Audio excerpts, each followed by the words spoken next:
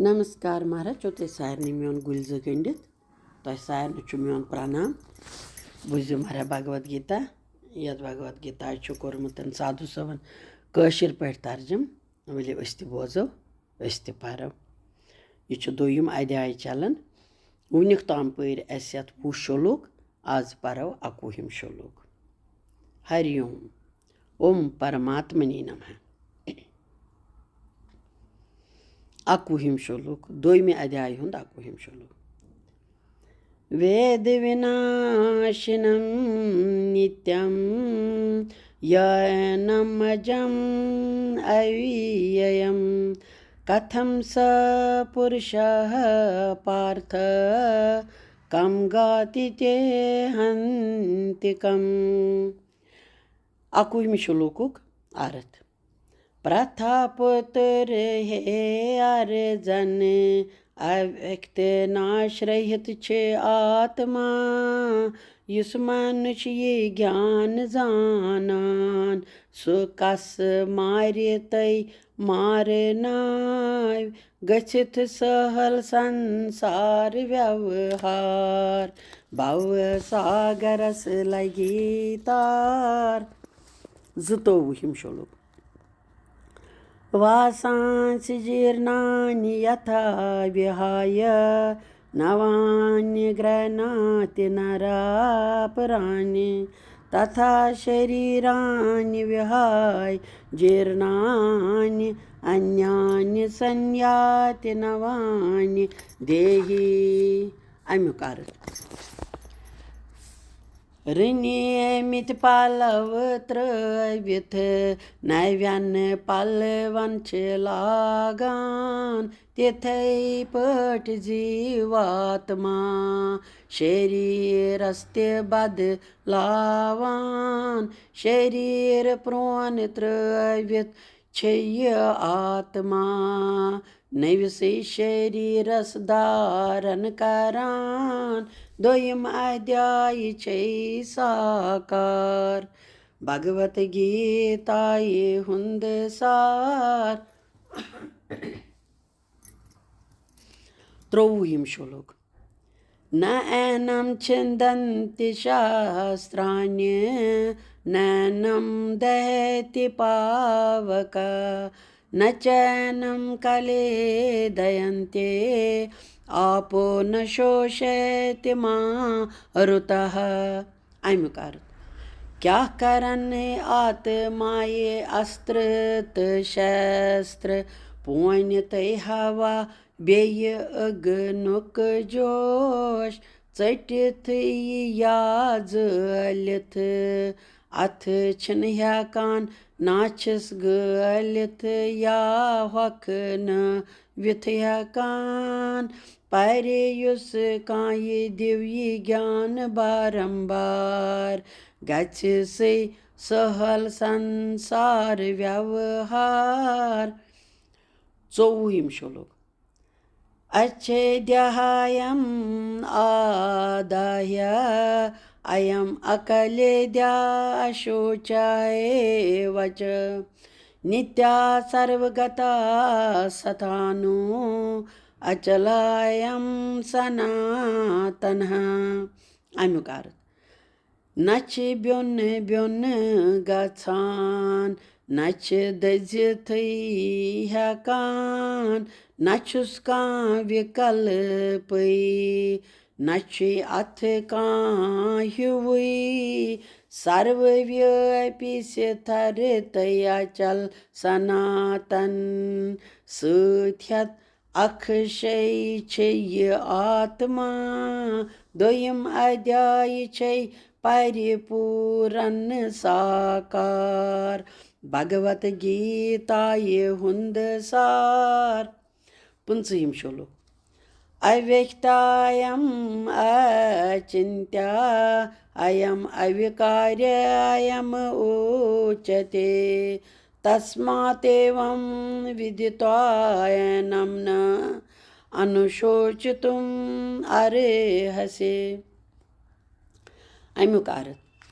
व्याकार वर अंतर निहित आत्मा गुप्त बेय अकल्पनीत अगोचर आत्मा तय शरीरुक ज्ञान बूझित बेय सोरे समझित त जानित शोक करनस योगी छुकन हे अर्जन न छुई कुनि कें दोख कोई कारण परियुस काई देवी ज्ञान बारंबार गछ से सहल संसार व्यवहार। शतवुहिम श्लोक। अथ चैनम नित्य जातम नित्यं वा मन्यसे मृतं तथापि त्वं महाबाहो नैनं शोचितुम् अर्हसि। अमियुक अर्थ। हे महाबाहो यद वैच्य बासान ये आत्मा छ बार बार जवान तै मरान तेल छिन्न शूबी आत्माई बापत कुन्य कसमुक का शूक चै करुन परियुस काई दिव्य ज्ञान बारंबार गछ से सहल संसार व्यवहार। 7वां श्लोक। जातसि हे ध्रुवो मृत्यो ध्रुवं जन्मामृतस्य च तस्मात् अपरिहार्ये अर्थे न त्वं शोचितुम् अर्हसि। अमियुक अर्थ। तिक्याज युस कांछा आमुत छु जन्मस दोह अके तस छु देह त्याग करनी यिथै पठि वापस पेवान युन छु जन्मस योहै छु प्रकृत हुन अख अटल नियम अथ यत गछ छुन कांति वपाया तवै छुस न शोक करनुक ते कारण परियुस ये कांये दिव्य ज्ञान बारंबार गछ से सहल संसार व्यवहार। 8वां श्लोक। अव्यक्त आदीनि भूतानि व्यक्तमद्यानि भारत अव्यक्त निधनानि एव तत्र का परिदेवना। अमियुक अर्थ। जीव जन जन ब्रोंठ या मरन पत कुनि जाये कांति वुछथै न हेकान जन्मस यथ कें समयस छिक वुछान अथ दशाये मंज छा शोक कां करान परियुस कांये दिव्य ज्ञान बारंबार गछ से सहल संसार व्यवहार। 29वां श्लोक। आश्चर्यवत् पश्यति कश्चित् एनम् आश्चर्यवत् वदति तथा एव च अन्य आश्चर्यवत् च एनम् अन्य शृणोति श्रुत्वापि एनं वेद न च एव कश्चित्। अमियुक अर्थ। वुछन वालन तै बोझन वालन ये आत्मा अख सर्वनान वरन करन वालन ते तजुब गचान वरनन करन वालन ते तजुब गचान बूझित के छिन्न समझित हेकान परियुस कांये दिव्य ज्ञान बारंबार गछ से सहल संसार व्यवहार। 30वां श्लोक। देहि नित्यम् अविद्यायं देहे सर्वस्य भारत तस्मात् सर्वाणि भूतानि न तं शोचितुम् अर्हसि। अर्थ प्रत शरीरस मंच पवित्र ये आत्मा यस न जाते नष्ट या भ्रष्ट छ गसान तवे छुसै वनान बार बार हे अर्जन शूक करनस छिन कांति कारण पर युस काहि दिव्य ज्ञान बारंबार गच्छ से सहल संसार व्यवहार। हरिओम हरे कृष्णा।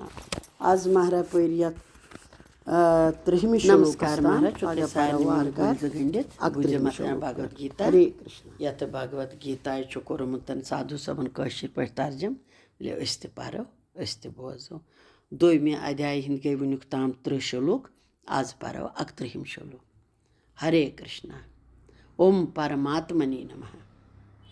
हरि ओम 31 श्लोक दोमी अध्याय हुंद स्वधर्मम अपि च अवेक्षण विकम्पितुम अर्हसि धर्म्यात् हि युद्धात् श्रेयः अन्यत् क्षत्रस्य न विद्यते।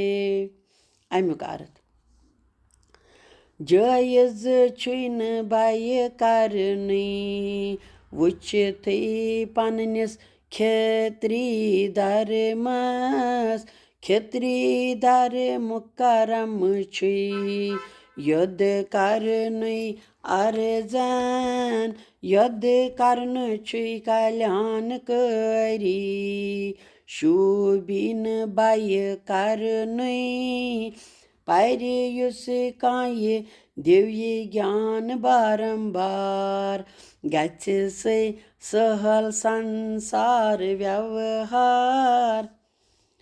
32 श्लोक यत् ऋष्या च उपनम स्वर्गद्वारम अपावृतम सुखिना क्षत्रिया पार्थ लभन्ते युद्धम ईदृशम। अर्थ तिम क्षेत्र धर्म के योद्धा छ भाग्यवान युद्ध करनुक यमन छ मौक मिलान तिहिंद बापत मुचरावनै छ यवान युद्ध रूपी यम स्वर्ग के द्वार पर युस काये दिव्य ज्ञान बारंबार गच्छ से सहल संसार व्यवहार। 33 श्लोक अथ चेत तम इमं धर्म्यं संग्रामं न करिष्यसि ततो स्वधर्मं कीर्तं च हित्वा पापम अवाप्स्यसि। अमुक अर्थ धर्म कर्म त आदर पन्नुन राव रावक करख नय धर्म युद्ध हे अर्जन पापन मंज करख गिर पन पानस करिथिन क्षेत्री धर्मक पालन पर युस काये दिव्य ज्ञान बारंबार गच्छ से सहल संसार व्यवहार। 34 श्लोक अकीर्तितं च अपि भूतानि कथयन्ति ते अव्ययाम् संभावितस्य च अकीर्तिः मरणात् अतिरिच्यते।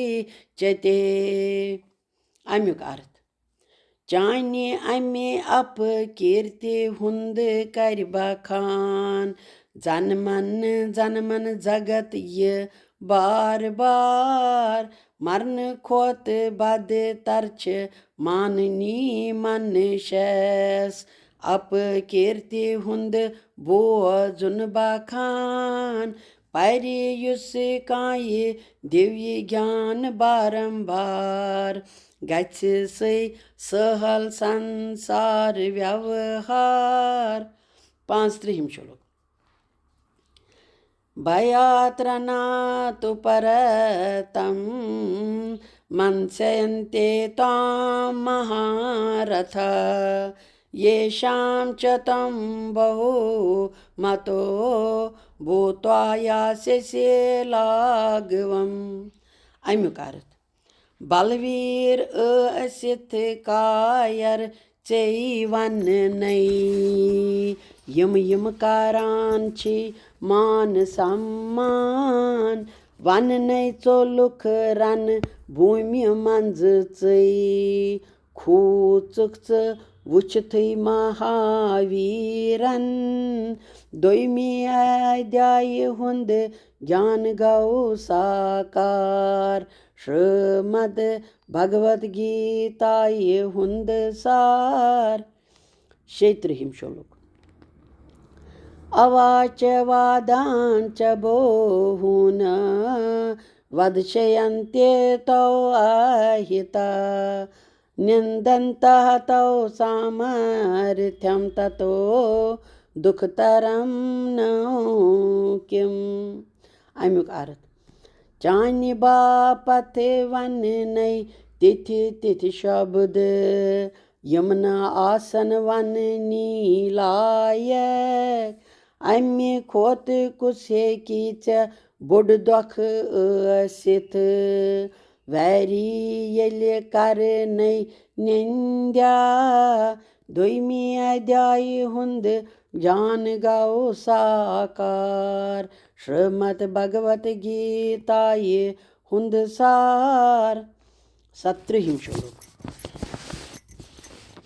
हतो वा प्राप्स्यसे स्वर्गं जित्वा वा भोक्ष्यसे महीं तस्मात् उत्तिष्ठ कौन्तेय युद्धाय कृतनिश्चयः अमियुक अर्थ प्रावक् युद्धस मंज अगर ژٕ वीर गति تیٚلہِ میلی ژےٚ स्वर्गس منٛز جاے راز سۄکھ بوٗگکھ پرٛتھوی لوٗکُک زینکھ اگر یہِ دھرمہٕ یُدھ ارزن تھوٚد وۄتھ توے درٛڈ نِشچے ژٕ کٔرِتھٕے جنگ کرنس روز وۄنۍ تیار دوٚیمہِ ادھیایہِ ہُنٛد گیان گوٚو ساکار श्रीमद् भगवद गीताये हुंद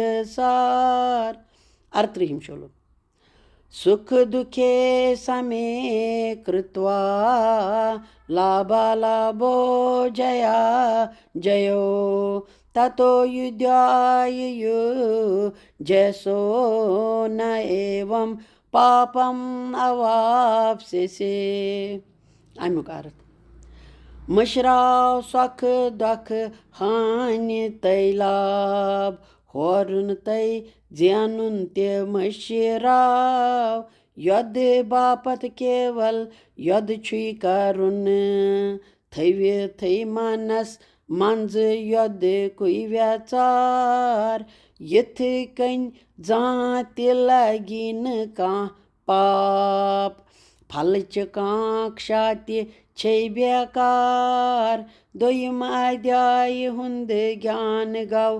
ساکار श्रीमद् भगवद गीताये हुंद सार 39 श्लोक एषा ते अभिहिता सांख्ये बुद्धियोगे तुयमां शृणु बुद्ध्या युक्ता यया पार्थ कर्म बंधम प्रहस्यसे अर्थ व्यसनोमय हे पार्थ वुनियुक ताम ज्ञान युगुक सोरुई ताम जाम वनै कर्म योगुक सोरुई ज्ञान येमि सति कर्म बंधन करख त्याग پَرِ یُس کانٛہہ دِوہِ گیان بارمبار گژھِ سے سہل سنسار व्यवहार 40 श्लोक न इह अभिक्रम नाशो अस्ते प्रतिवायो न वेद्यते स्वल्पम् अपि अस्य धर्मस्य त्रायते महता भयात् अमियुक अर्थ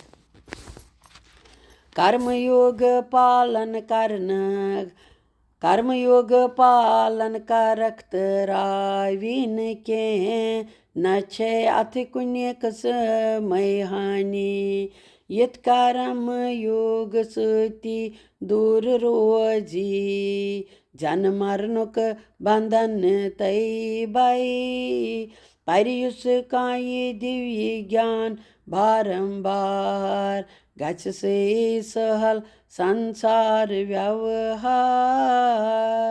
हरे कृष्णा आज मरा पर 40 श्लोकस ताम वारकार करो पगह बे शुरू।